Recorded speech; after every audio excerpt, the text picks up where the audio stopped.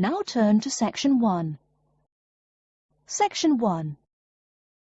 You will hear a conversation between a staff member from Gaia's Guardians and a man who wants to do something to protect the environment. First, you have some time to look at questions 1 to 5.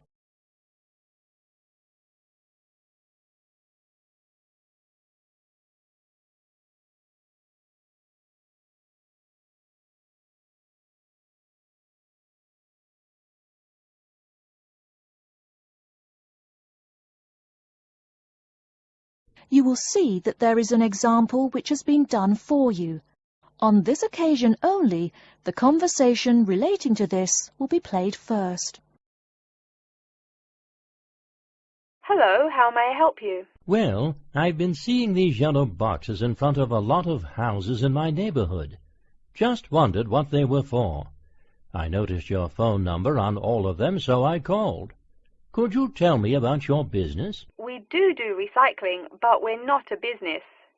Gaia's Guardians is a non-profit group. We encourage recycling as a way of protecting the environment. The woman says that they encourage recycling as a way of protecting the environment. So, recycling has been written in the space. Now we shall begin. You should answer the questions as you listen, because you will not hear the recording a second time. Listen carefully and answer questions 1 to 5. Hello, how may I help you? Well, I've been seeing these yellow boxes in front of a lot of houses in my neighborhood. Just wondered what they were for. I noticed your phone number on all of them, so I called. Could you tell me about your business? We do recycling, but we're not a business. Gaia's Guardians is a non-profit group. We encourage recycling as a way of protecting the environment. I don't know. I mean, it is a good idea, but I really don't read the newspaper every day or anything. And we don't come collect newspapers every day. In fact, we only do pickups every other week. Oh, well, then maybe I could help. I mean, in my neighborhood there's too much rubbish lying around everywhere. I'd like to help out, I guess. That's great, sir. You're doing the right thing. Okay, I need to get your contact information. What's your name, please? Peter Wisrow. Peter, how do you spell your last name? W-I-S-R-O-W? No, actually, it's W-I-S-R-O-U-G-H. Oh, I'm sorry. I'm a terrible speller. You're a good speller. It's just that my family are terrible pronouncers. You're quite a card, Peter. Okay, now what's your address? Number 168 Bridge Road. That's here in London. How about if I have any questions? I'm sending you a copy of our booklet too. The booklet has our phone number and our email address, helpline@blackcat.com. That's HELPLINE at BLACKCAT.com. But I nearly forgot to ask, what's your postcode? BS97PU. PS97BU? No, that's B as in boy, S97P as in Peter, U. Before you hear the rest of the conversation, you have some time to look at questions 6 to 10.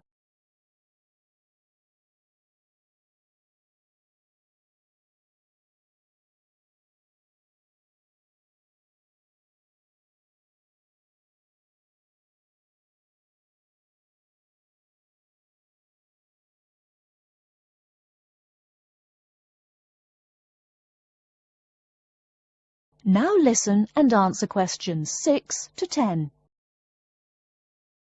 So I'm guessing those yellow boxes I saw are for recycled newspapers. Yes, that is correct, and it's free of charge.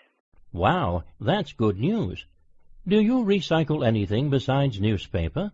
Oh yes, we recycle most everything. Glass, plastic, paper. Oh, so I can put like glass and plastic bottles in the box. Sorry again. Things like that you have to bring to our collection centre. And where is that?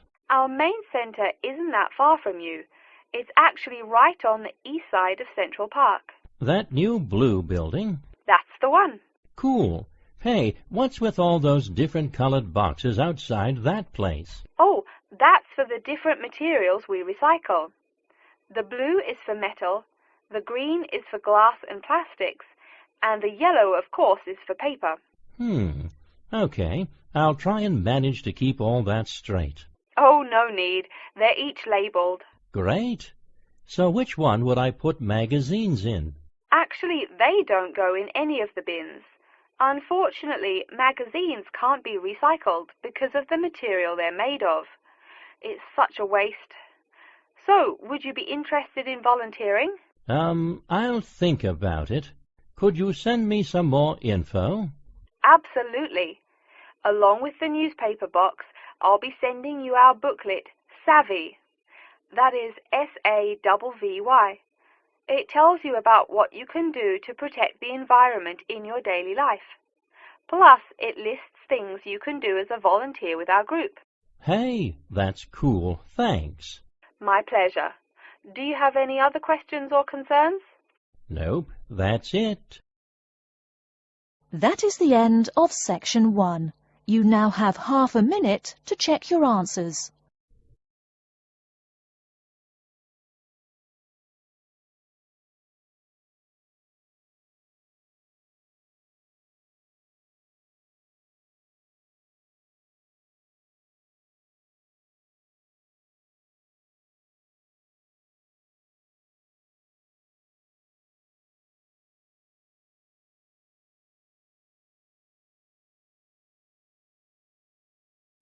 Now turn to section 2. Section 2. You'll hear an introduction about how to make a resume and apply for a job.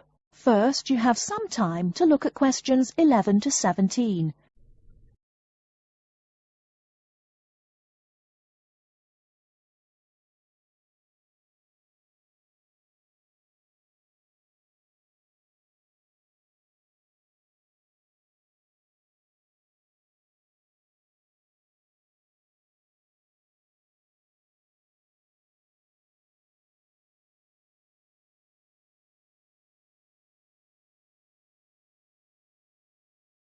Now, listen carefully and answer questions 11 to 17.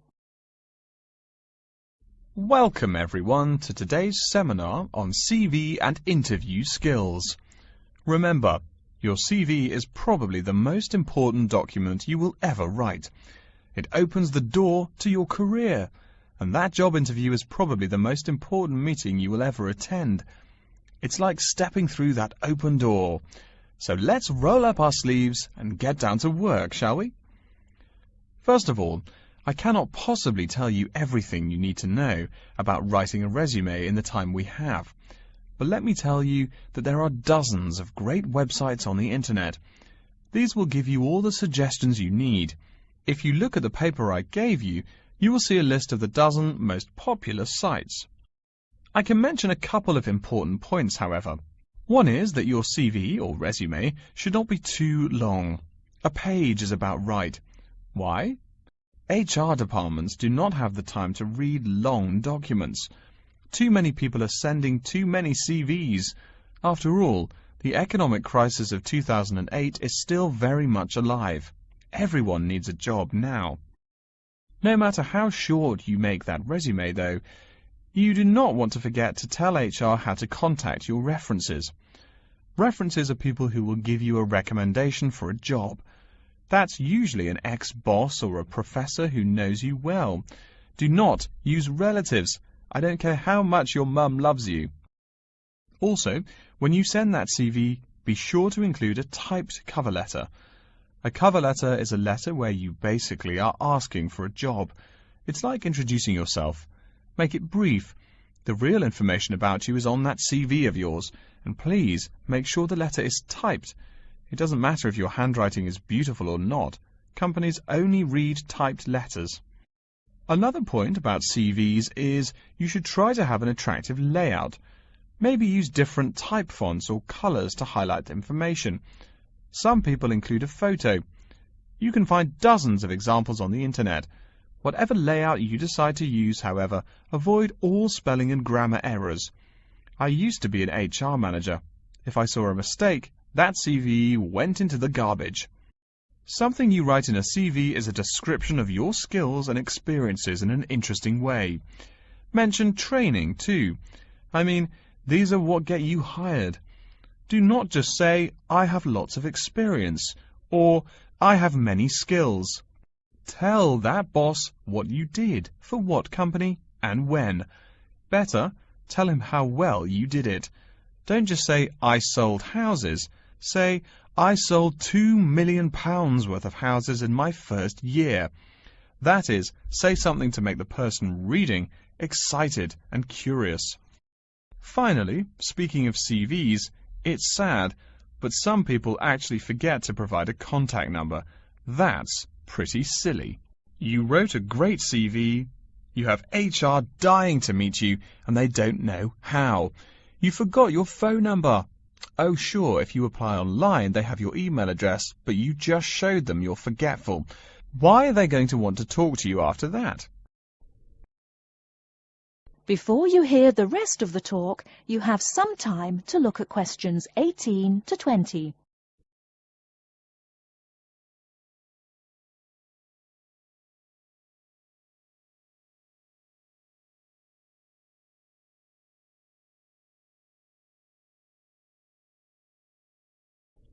Now listen and answer questions 18 to 20.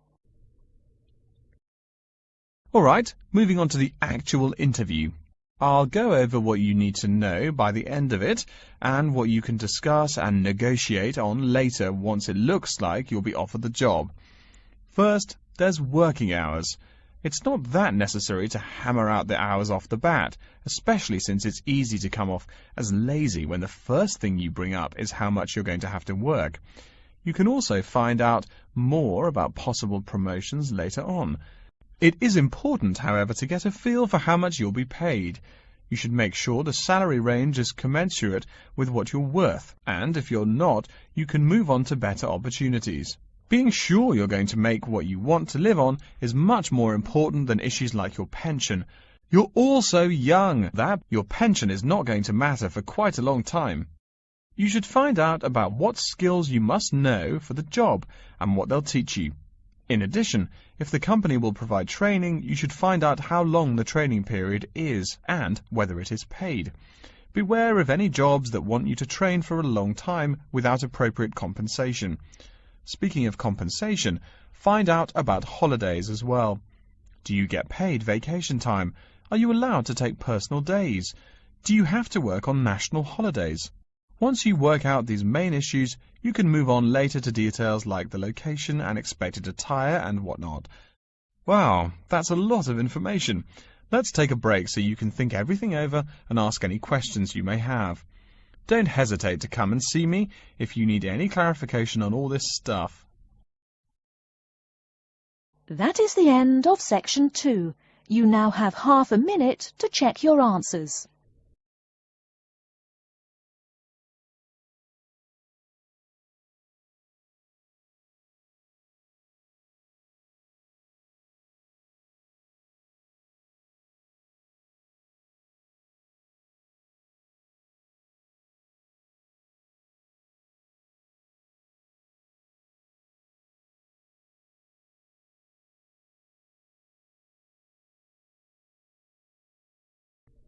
Now turn to section 3.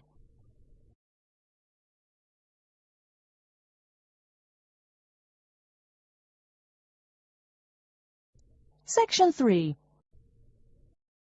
You will hear a man called Frank talking to Dr. Lindsay about what he should study if and when he returns for further classes. First, you have some time to look at questions 21 to 25.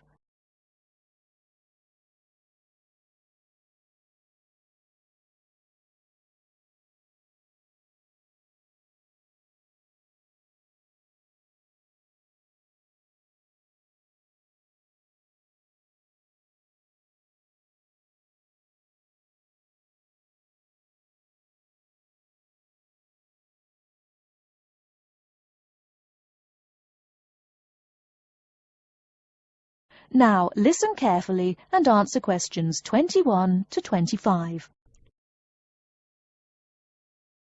Hello, are you Dr. Lindsay, the returning students advisor? Yes, that's right. Are you Frank? Your appointment wasn't until 2, but that's okay.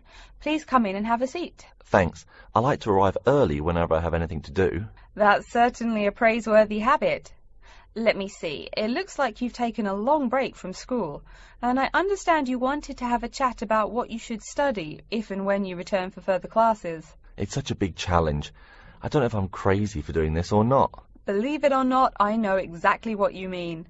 Before I began working here at the university, I taught primary school for nearly 10 years. It takes a lot of courage to go back to school. I feel more shy and scared than the primary students I teach. In the schools I taught, I found today's youngsters are very sure of themselves. In terms of intelligence, I have a lot to teach them, and the maturity level of much of my class leaves something to be desired. But in terms of confidence, wow, a lot more confident than I am now, that's for sure. Stop fretting. A brave man is a coward who refuses to run. Let's talk about your strong points. You seem an intelligent man.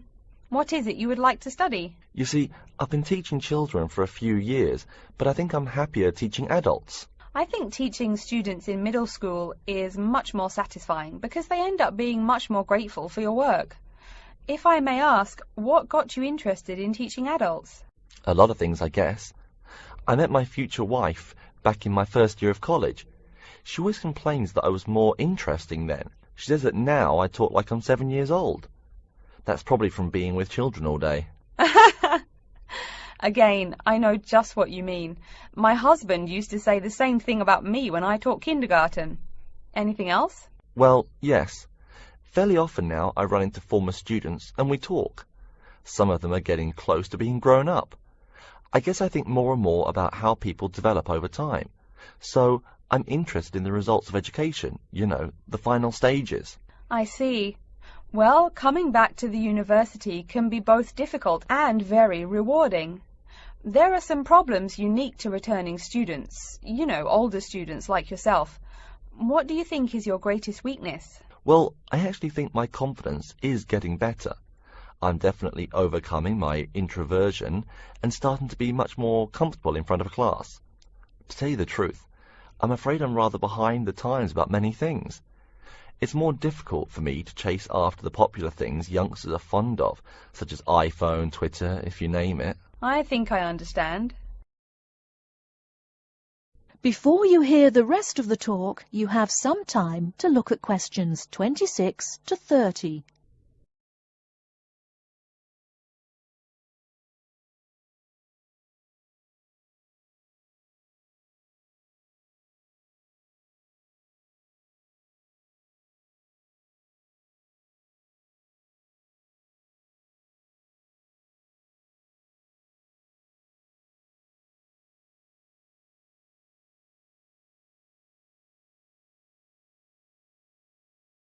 Now listen and answer questions 26 to 30.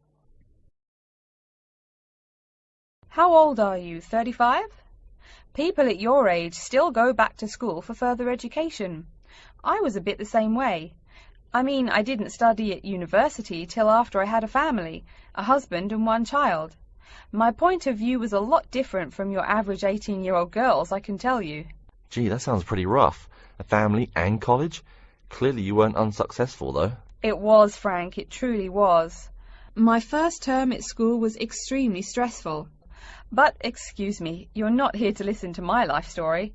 We're talking about your plans. Is there anything unique I should know about you or your past experience or plans? I'm afraid not. There is nothing interesting about my career or plans. It's really not too impressive. Now, I forbid you to talk like that. This is your one life, and if you're not interested, why bother living it? Don't be so humble, Frank. Okay. My wife says I'm a wimp. Let's talk about your dreams a bit. You want to teach adults, you said. What would you like to teach them? Well, when I first came to college, I really liked languages and literature.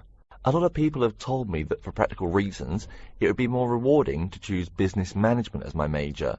But I made up my mind to study liberal arts once I got the idea of going back to school. I must say it's refreshing to meet someone who knows there's more to an education than computers and finance. Let's have a look at the university course catalogue. Excuse me, Dr. Lindsay, before we do that, could I maybe ask you some questions about changes in university life? I think I need to discuss that so I know what to expect. Of course, I'm here to help you. The biggest thing to get used to is the change in technology. Professors present things on huge screens, many of which are interactive computerized whiteboards. You can write on them still and use them like a touchscreen. They're really handy. No more sloppy scribbled notes on the projector. Let's see, I doubt you'll be living in student housing, so I won't go into all the improvements there. Another major change that you'll enjoy is the plethora of resources available for students. As a student, you have 24-hour access to the gym and library privileges that include the use of school computers to scan, copy and print. And of course the media library, which contains movies from all genres and most of the movies listed on AFI's top 100 movies of all time. The dining facilities are also not what they used to be. They offer choices for all diets and you can expect a hot meal any time of day. Wow, things really have changed. I'll be sure to utilize all those great facilities in my time here. Thanks for all your help, Dr. Lindsay. I think that's all the questions I have for now. That is the end of section 3. You now have half a minute to check your answers.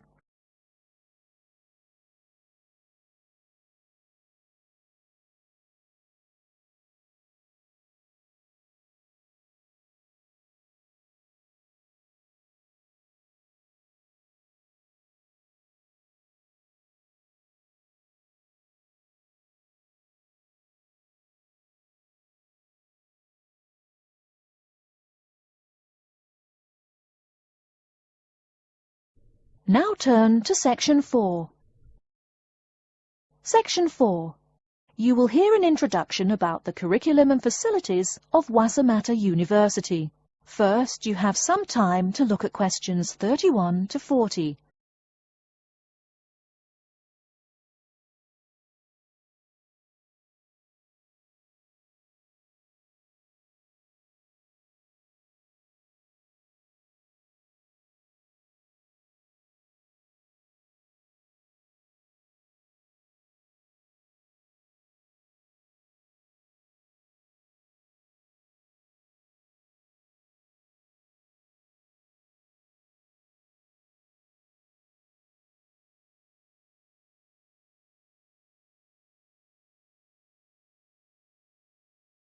Now listen carefully and answer questions 31 to 40. Okay, and welcome back. During the short break we just took, several of you approached me with questions. So before going on with the orientation talk, I'd like to address those queries. As I found, if one person asks the question, probably a dozen others are wondering about the same thing.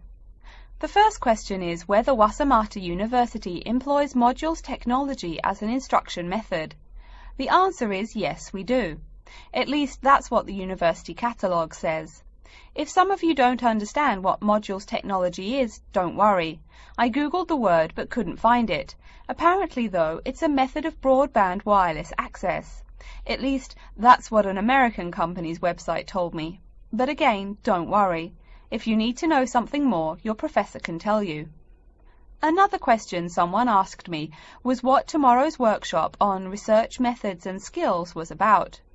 Well, research skills include any method you can imagine for finding and presenting any information you need. That's not just schoolwork either. Writing English, the native language for most of you, and finding a job are also research skills. And yes, those will be addressed in tomorrow's workshop. As you know, Wassamata University is one of this country's premier universities for the study of the dismal science, economics. Some of you, it seems, want to get a jump on their classmates. During the break, half a dozen of you came up and asked me where to find economics tomes. I know it's odd, but this school's library holdings are divided up between two libraries. Economics books are in the old library. If you look out of the window behind me, you can see it. It's the red brick building. Oh, before I forget, you economics types also need a lot of math, am I right? Well, those math books are neither in the old library nor in the new one. They can be found in the math department building. Why am I telling you this? Doesn't the invisible hand guide economists? Maybe it's good you asked. In 2008, that hand shoved most of the world economy off a cliff, didn't it?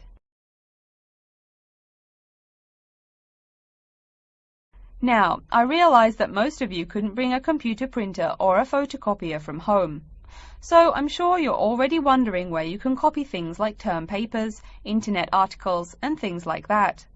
I have some good news and some bad news. The good news is that there are a number of places you can make copies. These include both libraries and the Student Union building. Now the bad news. I'm sorry to say, most classroom buildings and academic departments do not have copiers students can use. So most of the large buildings you see around campus do not have copiers for students. The copiers there are reserved for professors and office staff. Oh yes, I nearly forgot to tell you. If you need to have printing done, all the copiers available to students are laser printers. Plus, for your convenience, you can pay using prepaid cards. You can get those in the Student Union building. That just covers the questions put to me. If you have more, please see me during the next break at 2:15. Right now, though, I'd like to start to give you a rundown on the various facilities here on campus. That way you won't get lost so easily in the weeks to come. I've been told that this year's incoming class features a large number of married students and parents. So you must be wondering where to put the baby while you're in class. Okay, right now we're in the Student Union building, right? Remember the big doors in front where you all came in? If you go out of the building, you can see the nursery is just on the other side of this building. It's only about 20 meters away. Convenient, eh? Next, we're all from different places around the country. Some of you are from other countries. That means we're pretty likely to get sick during the first months of school as we expose each other to many new viruses. So where's the doctor? Of course, you need to find the Medical Services Centre, which is on the right as you leave the building. Remember, that's the second building on the right. And if you look out of that window, you can see a lot of antenna and satellite dishes on the roof. So that's what we call the Media Centre. Yeah, I know, I think it's confusing too. The Media Centre is next to the Medical Centre. The chairwoman of the journalism school on the first floor doesn't like it when people who wander in there mistake her for a nurse. Chances are you'll have at least one math class while you're here. That red building there, just outside to the left, is the math department building. I know, it looks about as old as the subject of math, but I assure you that the inside is equipped with state-of-the-art classroom equipment, including interactive chalkboards and surround sound in every room. Oh, can you see the back building there? Yes, behind the Media Centre. Quite new, isn't it? That's the new library, just decorated. They're back to back, you might say. If you look just to the left of it at the lower, older-looking building, you'll find the old library. It's nice and quiet, perfect for those marathon study sessions during exam week. Since the weather is so nice, why don't we stop looking at our maps, but go for a walk around the campus? That is the end of section 4. You now have half a minute to check your answers.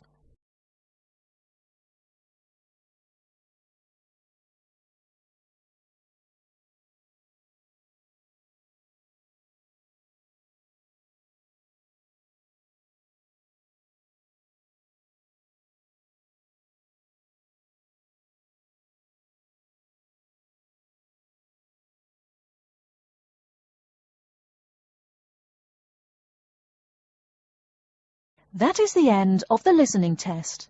In the Ielts test, you will now have 10